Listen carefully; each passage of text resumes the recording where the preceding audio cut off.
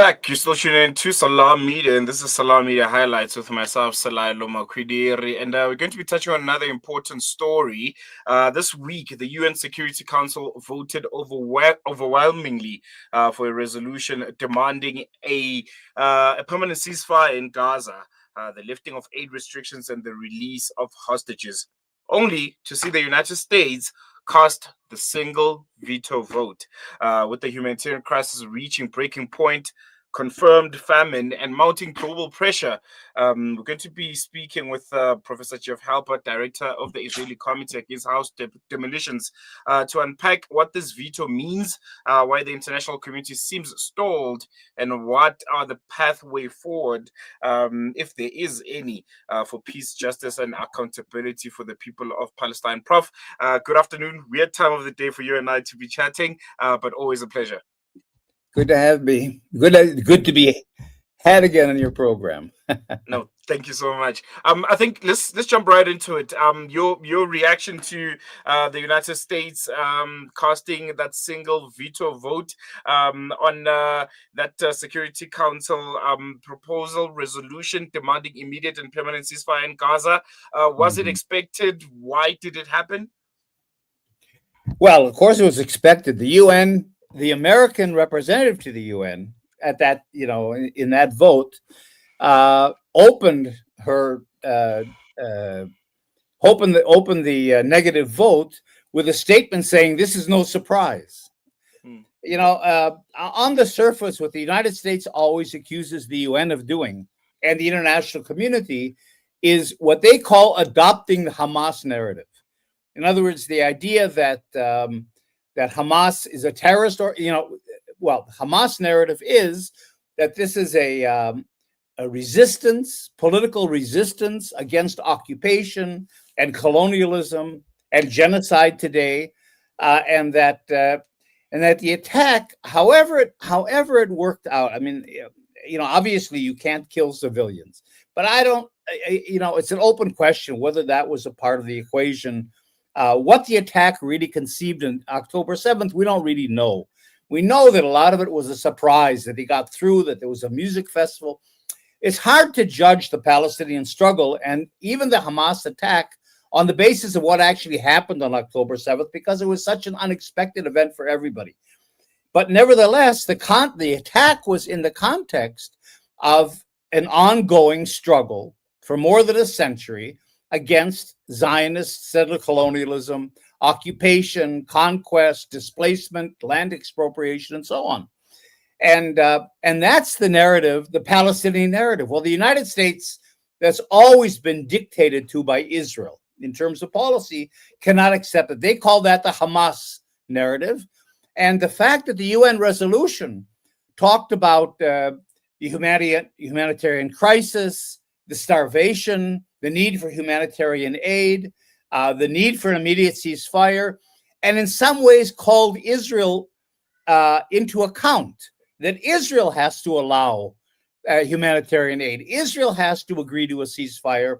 For the United States puts the onus more on Israel than on Hamas, and therefore they accuse the UN of adopting a Hamas narrative.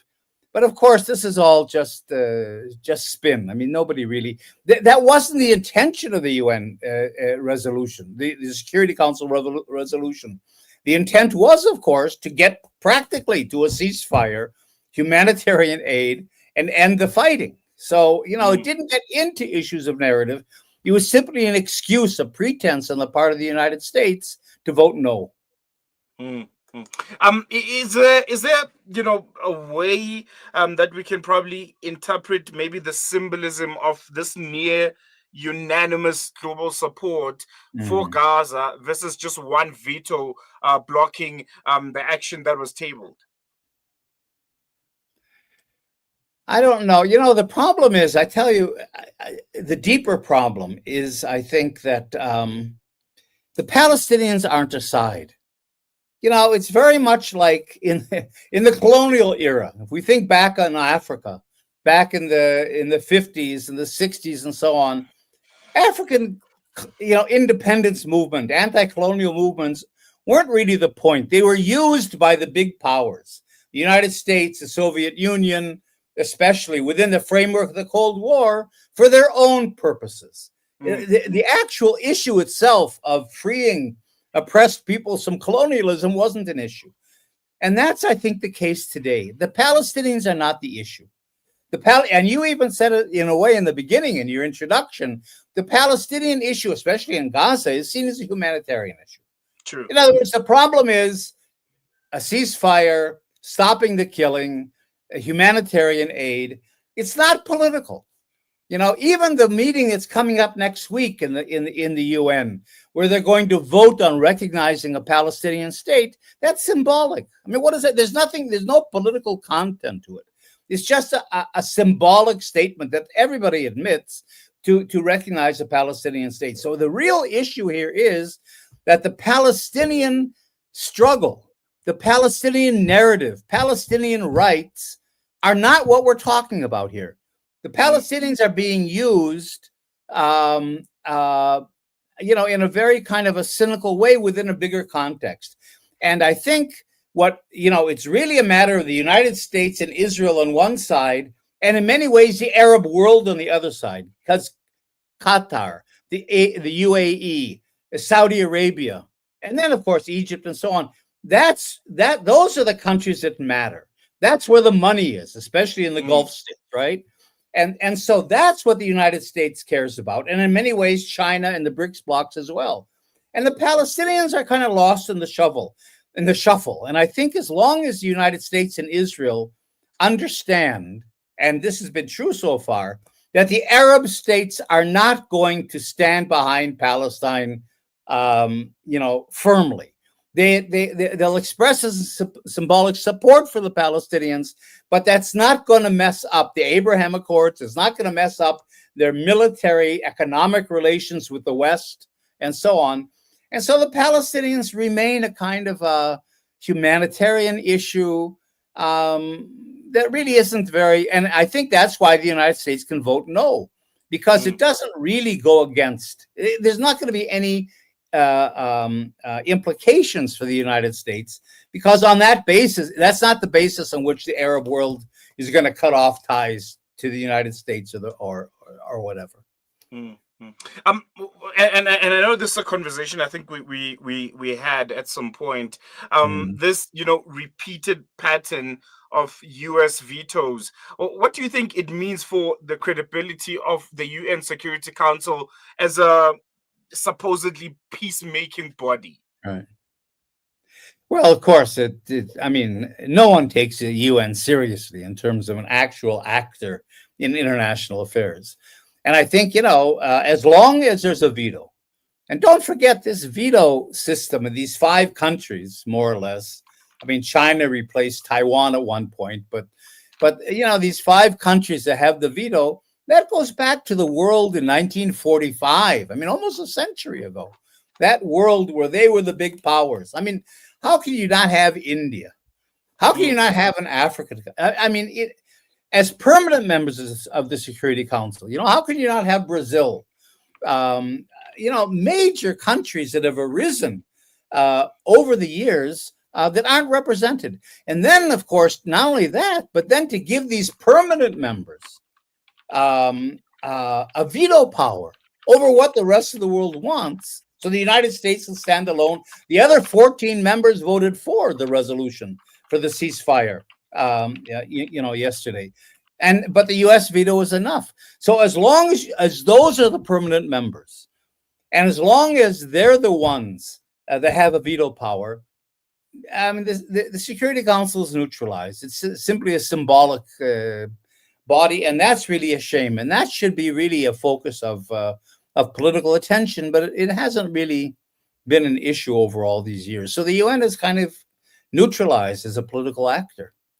One other thing that stood out for me is the fact that the United States of America dismissed the UN famine declaration in Gaza. They said it is based on flawed methodology. What does this tell us about America's willingness, or let me say unwillingness, to continue to not acknowledge the humanitarian catastrophe that is ongoing in Gaza at the moment? The United States has always been for Israel. I mean, it's hard to know why. I mean, I can explain it back after the Holocaust.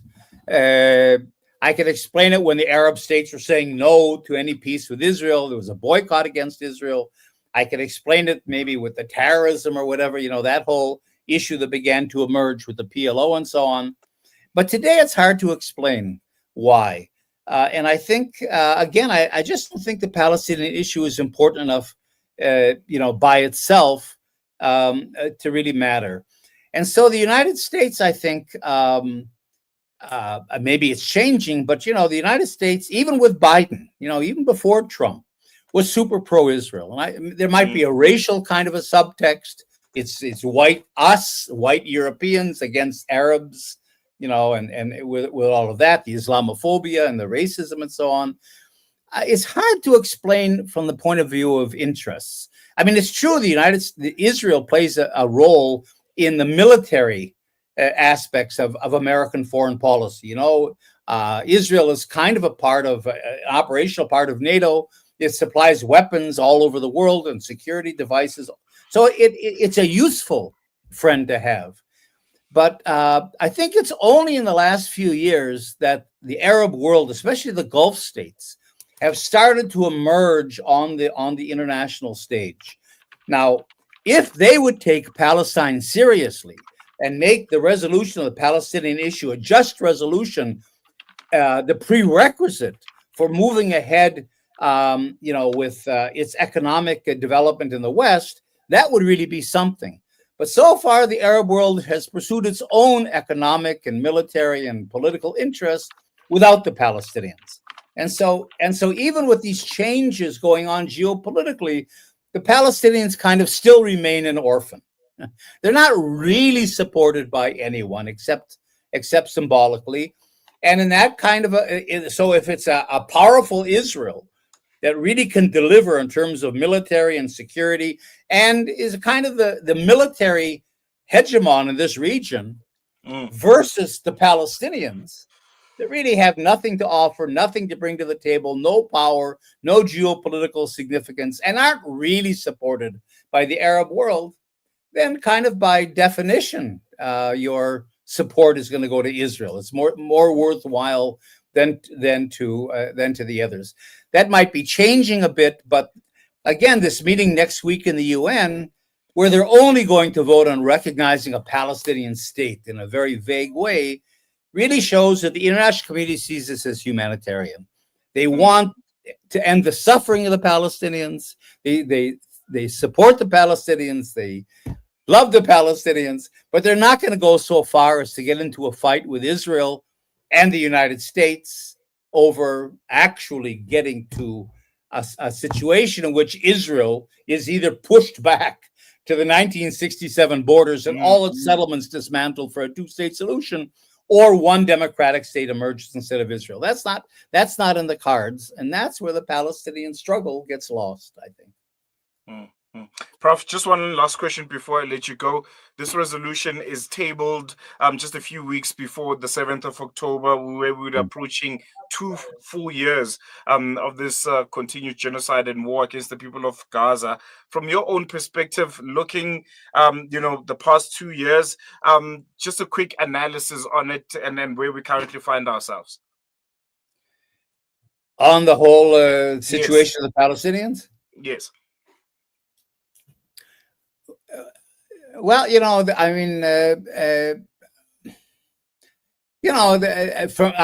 sitting here. I'm very involved with the Palestinians. I'm here in Jerusalem. I'm an anti-Zionist Israeli.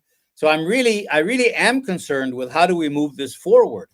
One of there's so many problems. But one of the issues is the Palestinian Authority.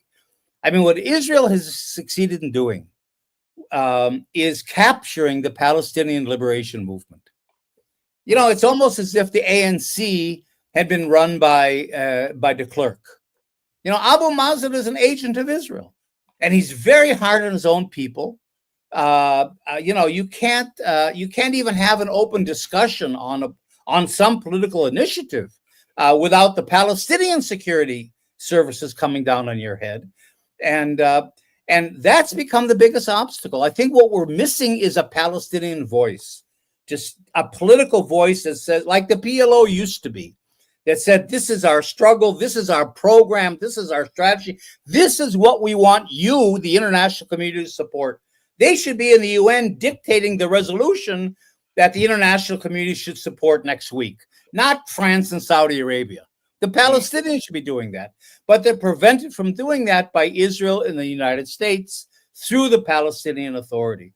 And so until we solve the Palestinian Authority problem and somehow empower the Palestinian people to rise up and begin to be political actors, maybe revive a new PLO that isn't dependent on the Palestinian Authority, until that time, really we're kind of stuck, because the only real advocates for the Palestinian struggle, which is the Palestinians, have been silenced. And somehow we have to try to break that.